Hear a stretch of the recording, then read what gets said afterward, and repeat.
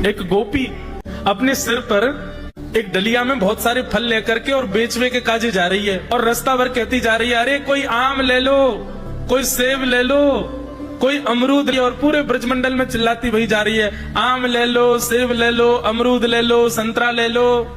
उस स्वर को जब नंद नंदन ने अपने नंद भवन में क्रीड़ा करते हुए श्रवण किया, नन्हे से गोपाल जी हैं, केवल 3 वर्ष की आयु है ठाकुर जी के, मोटे मोटे पांव, मोटे मोटे हाथ, ठाकुर जी को नेक्स्ट सो पेट, बटुआ सो मुंह, और ठाकुर जी क्रीड़ा कर रहे हैं। और क्रीड़ा करते करते तोतली बाणी में यशोदा मैया से कहने लगे, बोले मैया मैं फल खरीदवे जाऊंगा। मैया बोली, लाला ऐसे ना मिलो करें, फल बेचवे वाले को कछु देनो पड़े, तेरे पास तो कछु है ना है, तू कमावे धमावे तो है ना है, इतना बड़ो है वो, अब वो घर में बैठो रे, 3 वर्ष के ठाकुर जी बस। ठाकुर जी बोले, मैया ये नंद भवन कौन को है?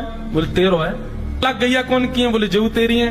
और ये नंद बाबा कौन को है? बोले येऊ तेरो। और मैया तू कौन की है? बोले मैं भी तेरी हूँ। मैं इतनी सबरी संपत्ति को मालिक हूँ, तू यूं कैसे कह रही है? मैं कछु कमाऊं धमाऊं ना, ये सबरो मेरो ही है मैया। और मैया देख आज मैं तेरे सामने फल खरीद के लाऊंगा। बोली जा, मैं भी तो देखूं कैसे जाए वो। सो ठाकुर जी फल खरीदने के लिए जा रहे हैं नन्हे से ठाकुर जी। वो कहाँ लेके जा रहे हैं? बोले जल्दी से जहां पर सारे सामग्रियां रखी जाती है, ऐसे सामग्री गृह में गए और वहां से 2 मुट्ठी गेहूं अपने हाथ में भर के, और नन्हे से 3 वर्ष के ठाकुर जी इतने इतने से हाथ ऐसे अंजलि में गेहूं भर के, और ठाकुर जी अपनी मटकीली सी चाल बाकी अदा से उछलते कूदते भय और फल बेचे वारी के पास फल लेवे जा रहे हैं।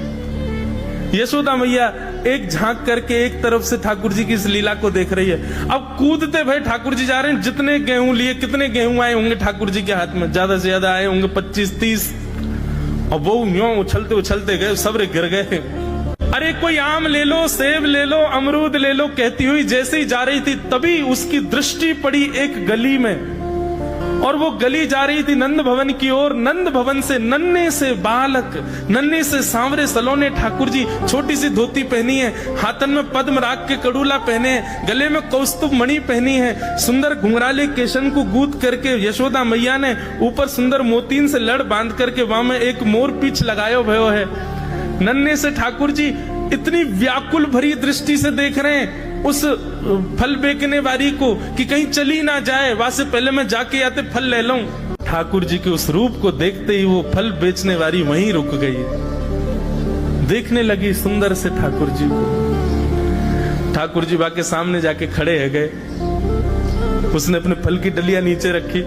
ठाकुर जी फल देख रहे हैं कौन से लेने हैं। अब उंगली करके ठाकुर जी कह रहे हैं, जेवारो दे दो, जेवारो दे दो, ये दे दो, ये दे दो, करते करते करते पूरी डलिया ही कह दी। बोले सबरी दे दो। गोपी बोली, अरे लाला ये सब ऐसे ही ले जाएगो, कछु देगो ना मुंह को? अरे ऐसे ना मिलो करे, कछु देनो पड़े, चल कछु दे मुंह को तभी मिलेगी। ठाकुर जी बोले, तो फिर रो काहे क्यों रही है? मैं ऐसे थोड़ी लेके जाऊंगा, नंद बाबा को ला लाऊं, मेरी सभी संपत्ति है, मैं अपनी संपत्ति में से कछु हिस्सा तो को दूंगा तब फल लेके जाऊंगा। अच्छा दियो, कहा देगो संपत्ति में? तो जितने गेहूं ठाकुर जी भर के लाए वहां में से केवल एक बचो ठाकुर जी के हाथ में, और ठाकुर जी मुट्ठी खोल के वो एक गेहूं ले में, और बड़े संकोच वश कि अब एक ही बचो, कहा करूं, ले जी है। उस एक गेहूं के दाने को अपने हाथ में लेकर के कोमल से ठाकुर जी की उस मुखाकृति को देख करके वो फल बेचने वाली की तो सुध बुद्धि चली गई। ठाकुर जी बोली, अरे नजर लगावेगी मुंह को, चल जल्दी फल दे दे। बोले फल दे तो दूं, लेके कैसे जाओगे? 4 आम के बराबर के तो तुम स्वयं हो, एक आम के ऊपर एक ऐसे 4 खड़े कर दूं तो इतने बड़े तो तुम खुद ही हो, कैसे लेके जाओगे? ठाकुर जी बोले बड़ी चिंता। तभी गोपी ने की, अच्छा आओ मैं दूं। ठाकुर जी को हाथ पकड़ करके उनकी कारी कमरी खोली, उनकी पीताम्बरी ने ढीली करी, और ठाकुर जी के कछु फल तो कमरिया में बांध दिए, कछु पामन में बांध दिए, कछु हाथन में बाजूबंद बना के बांध दिए, कछु गरे में लटकाए दिए। ऐसे कपड़ान में फल भर भर के ठाकुर जी के पूरे अंग में फल लटका दिए।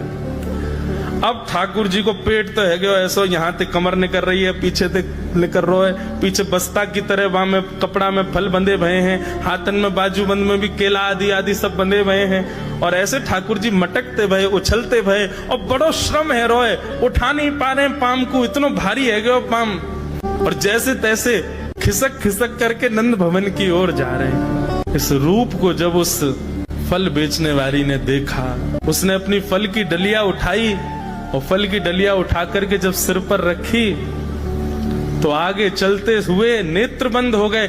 अब तो बस यही कहती जा रही है, गोपाल ले लो, कृष्ण ले लो, माधव ले लो, मधुसूदन ले लो, गोविंद ले लो, नंद जी को लाला ले लो।